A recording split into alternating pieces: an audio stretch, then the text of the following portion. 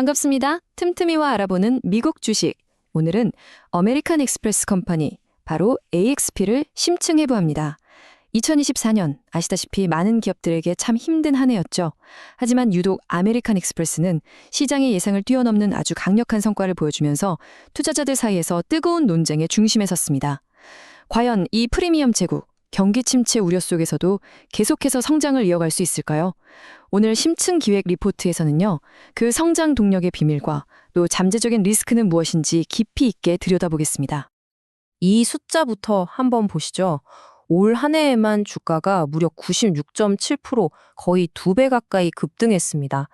거시경제의 불확실성이 여전한 이런 상황에서 어떻게 프리미엄 소비의 대명사인 AXP가 이런 놀라운 성장을 이뤄낼 수 있었을까요? 그 이유를 지금부터 하나씩 파헤쳐 보겠습니다. 이 모든 성장의 중심에는 바로 CEO, 스티븐 스쿼리의 자신감 있는 선언이 있습니다. 그는 2024년 기록적인 실적을 발표하면서 회사가 아주 강력한 성장 동력을 확보했다는 점을 분명히 했죠. 이것이 바로 오늘 우리가 분석할 이야기의 서막입니다. 자, 오늘 분석은 이런 순서로 진행됩니다. 먼저 아멕스 비즈니스의 핵심 엔진을 이해하고요. 그 다음엔 강세론과 약세론을 통해서 양쪽의 주장을 모두 살펴본 뒤에 미래 로드맵과 최종 결론까지 도출해 보겠습니다. 자, 그럼 가장 근본적인 질문부터 시작해 보죠. 아메리칸 익스프레스는 도대체 어떻게 돈을 버는 걸까요? 이들의 비즈니스 모델을 이해하는 게 AXP 분석의 첫걸음입니다.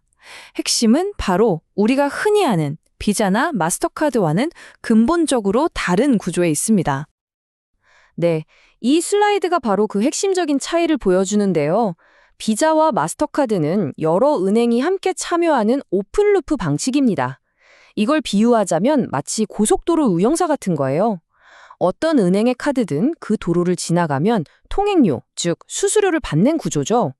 반면에 아멕스는 클로즈드 루프입니다.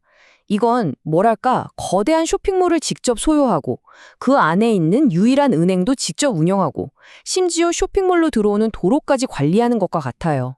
그러니까 고객과 상점, 이 양쪽 모두를 직접 통제하는 겁니다.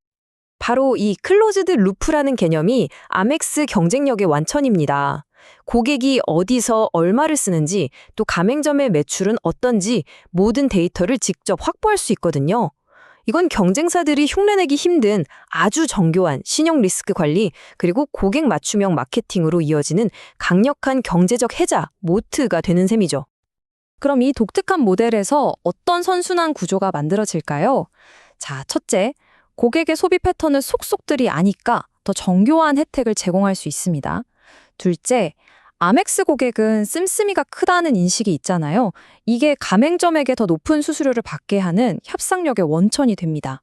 셋째, 공항 라운지 같은 독점적인 경험은 고객을 꽉 묶어두는 강력한 락인 효과를 만들고요. 마지막으로 이 모든 것 위에 연회비와 카드론 이자라는 두 개의 안정적인 수익원이 더해지는 구조입니다. 이 강력한 엔진이 어떻게 기록적인 성과로 이어졌는지 이제부터는 강세론의 근거들을 자세히 살펴보겠습니다. 투자자들이 왜 열광하는지 그 이유가 바로 여기에 있습니다. 2024년 실적은 그야말로 압도적입니다. 매출은 10% 증가했는데 순이익은 21%, 그리고 주당 순이익은 무려 25%나 급증했습니다. 이게 뭘 의미하냐면요. 단순히 덩치만 커진 게 아니라 수익성이 폭발적으로 개선되고 있다는 아주 확실한 증거입니다. 자, 이 슬라이드가 아마 오늘 내용 중에 가장 흥미로운 부분일 겁니다. 이 모든 성장을 이끄는 주역은 과연 누구일까요? 놀랍게도 바로 밀레니얼과 Z세대입니다. 2024년 신규 고객의 60%가 젊은 층에서 나왔습니다. 이건 아메스는 중장년층의 전유물이라는 오래된 편견을 완전히 깨버린 결과죠. 여행이나 맛집 탐방 같은 경험 소비를 중시하는 2세대의 성향을 정확히 파고들어서 우버, 레지 같은 플랫폼과 제휴하고 맞춤형 혜택을 제공한 전략이 제대로 적중한 겁니다. 이것이야말로 가장 강력한 미래 성장 촉매제라고 할 수 있겠습니다. 그리고 또 하나의 강력한 무기가 있습니다. 바로 이 카드 연회비인데요. 연간 거의 100억 달러, 우리 돈으로 13조 원이 넘는 돈이 매년 꾸준히 들어오는 마치 거대한 구독 서비스와 같습니다. 경기 변동과 상관없이 안정적인 현금 흐름을 만들어주는 핵심 기반인 셈이죠. CEO 스티븐 스쿼리 역시 이 점을 분명히 했습니다. 젊은 세대를 성공적으로 공략한 전략에 대한 시장의 의구심은 이제 끝났다. 이렇게 단언하면서 아주 강한 자신감을 보였죠. 하지만 모든 이야기에는 반대편이 존재하죠.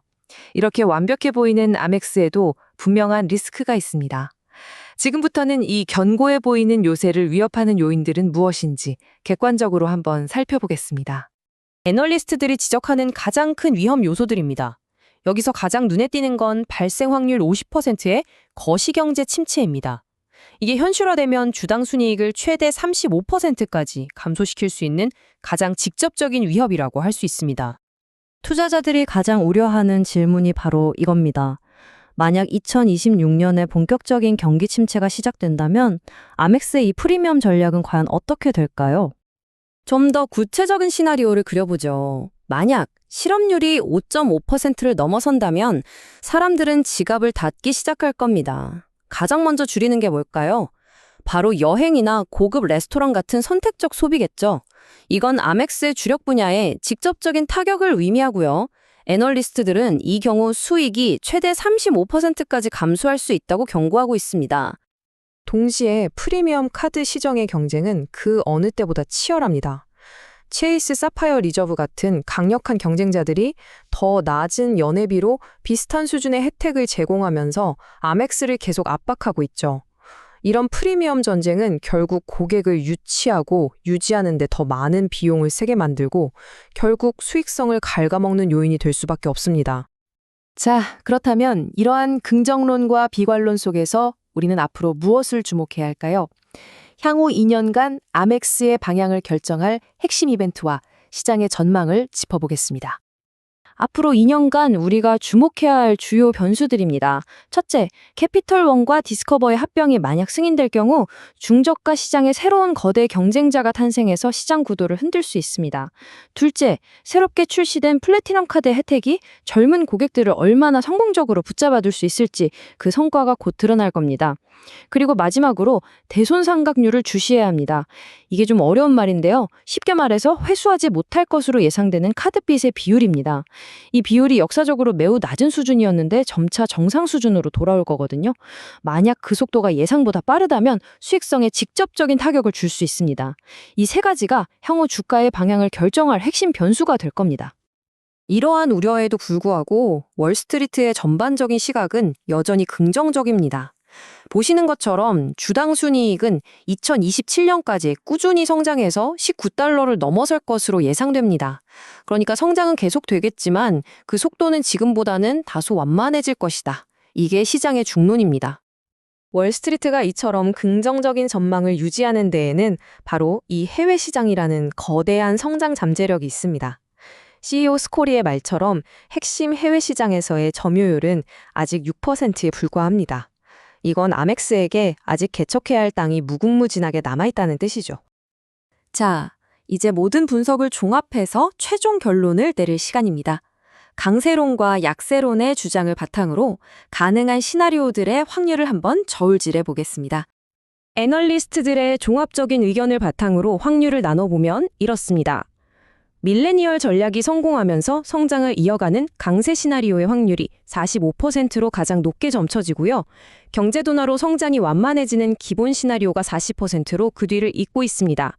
그리고 실제 경기 침체가 발생하는 약세 시나리오는 15% 정도로 평가됩니다. 결국 핵심 질문은 이것입니다. 아메리칸 익스프레스는 시대의 변화에 성공적으로 적응하면서 새로운 세대를 위한 견고한 요새를 구축한 것일까요?